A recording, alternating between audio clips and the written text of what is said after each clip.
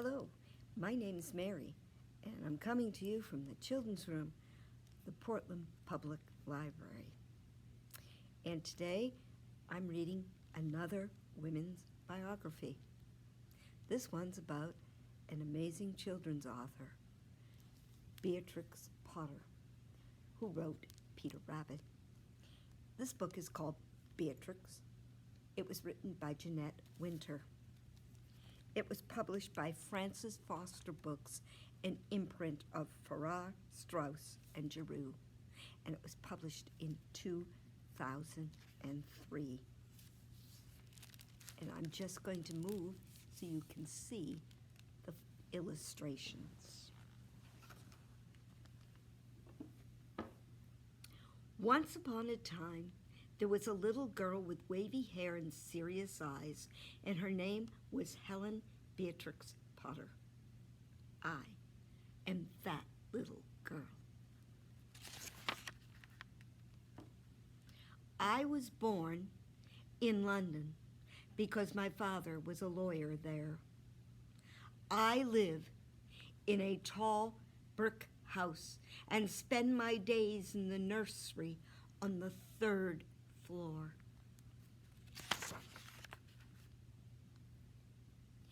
Mother and father tend to their own affairs, leaving the governess, Miss Hammond, to tend me. She tells me tales about the fairy folk who live in the greenwood, far from the gray city sky.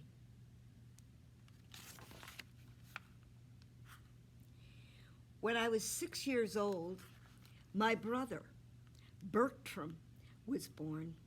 Mother and father still tend to their own affairs, but now Miss Hammond tends Bertram, and I am left to tend myself. The lonely days have begun. No one has the time for me. I talk to the birds who have the time.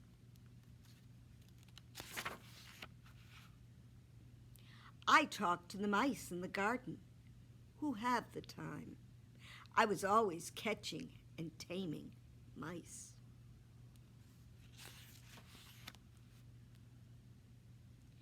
The nursery authorities are too busy to notice some of the secret friends I bring up to the 3rd floor. Birds in cages are allowed. Human friends are discouraged. Mother and father are afraid of germs and bad influences.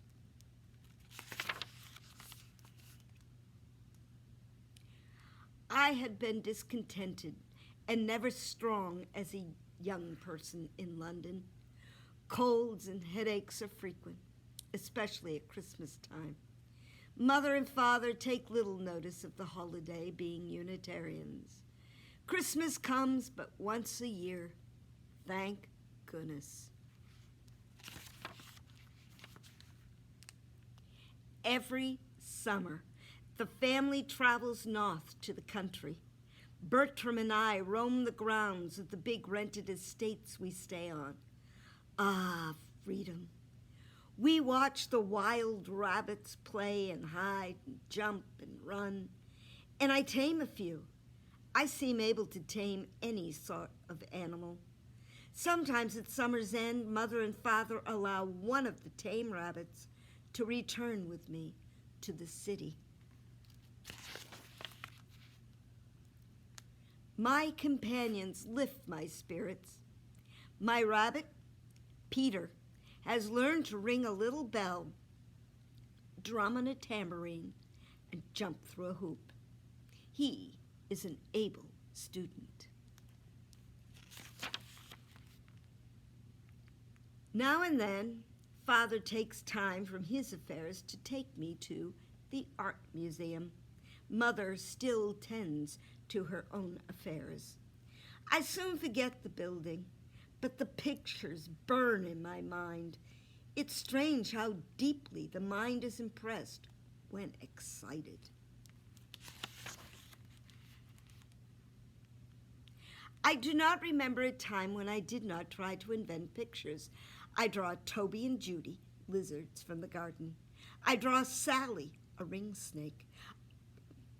I draw Punch, a frog. And I draw rabbits wearing clothes.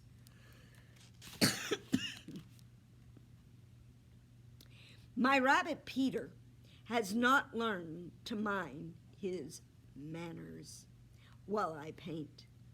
He finds certain colors good to eat.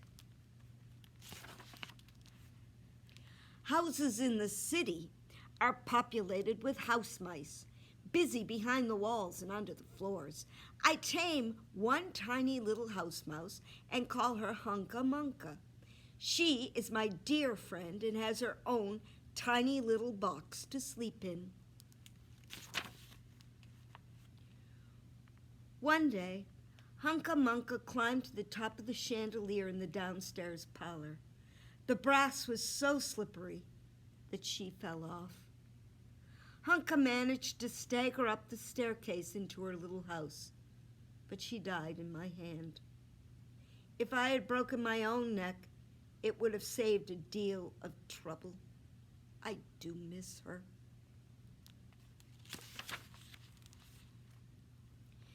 Mrs. Tiggywinkle, my hedgehog, is a dear. She was not a bit prickly with me. She used to lay her prickles flat back to be stroked. Summer trips to the country have become crowded. I can't leave my friends behind in the city. They travel without tickets. Mrs. Tiggywinkle is always very hungry on a journey.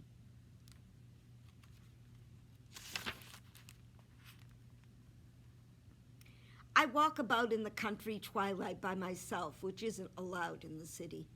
The great harvest moon rose over the hills. Fairies came out to dance on the smooth turf. And faint in the distance, then nearer and nearer, came the strange, wild music of the summer breeze. I bring my drawings from the country back to the city. They help me imagine I have escaped to the very woods. The third floor is now my classroom. Bertram has been sent away to school, so I learn alone with my governess, Annie Cotter. During the long days, I memorize much of William Shakespeare. I invent my own private secret language to use when I write in my journal. No one will read this, I write. I have stories inside me that I must get out. A microscope has been added to the schoolroom. I marvel at the magnification of the tiny creatures, and am compelled to draw them. I cannot resist. I must draw, however poor the result, whether it be the dead bird I find in the garden, or the beetle crawling in the dirt, or the caterpillar sunning on a leaf, or whatever. My mother and father have engaged a drawing teacher, Miss Cameron, to guide my efforts. Father's critical of my pictures and mother's not interested.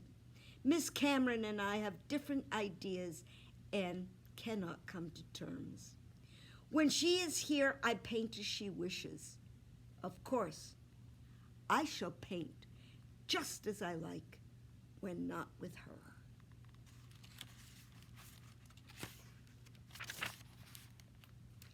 I do wish these drawing lessons were over so that I could have some peace and sleep of nights. At last, the drawing lessons are done. I can draw as I please. I paint as I please. And I photograph my dear friends, the better to draw them. Oh, joy. I live so much out of the world. Will I ever be connected?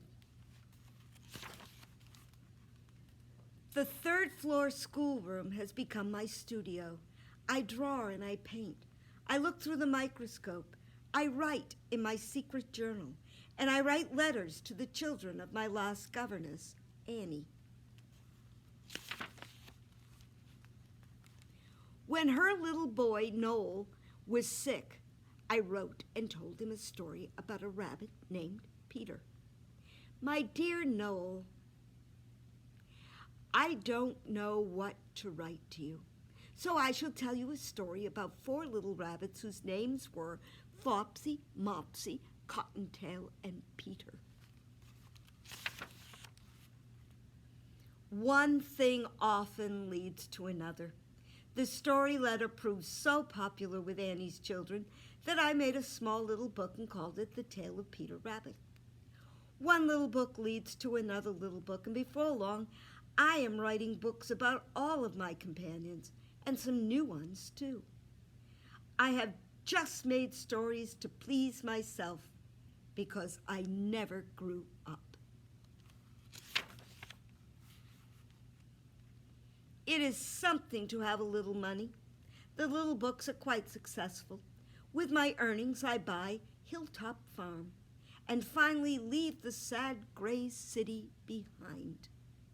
I live here with 80 ewes, 40 young sheep, 3 horses, 14 cows, lots of calves, 25 hens, some pigs, 5 ducks, a dog, a pony, turkeys, a cat, rabbits, and my dear husband, Mr. Heelis. It is happily ever after at Hilltop.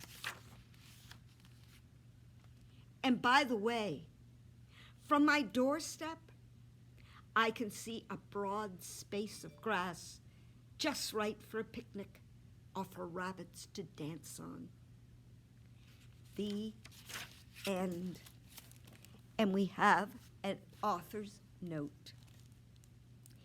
Beatrix Potter was born on July 28, 1866. She lived at 2 Bolton Gardens, London, until she was 47 years old when she married. Beatrix Potter and her husband lived in a cottage next to her beloved Hilltop Farm in the Lake District. She died on December 22nd, 1943. Beatrix Potter's connection to the world is wide. From the time The Tale of Peter Rabbit was published in 1902, her books have been and continue to be read by children around the world. Her 23 little books have been translated into over 30 languages, and millions of copies have been printed and sold. And we've been reading Beatrix by Jeanette Winter. This book was published by Francis Foster Books, an imprint of Farrar, Straus and Giroux, and it was published in 2003. This has been another biography of an amazing woman to celebrate Women's History Month. My name's Mary, and I'm coming to you from the children's room of the Portland Public Library. And until next time, bye-bye.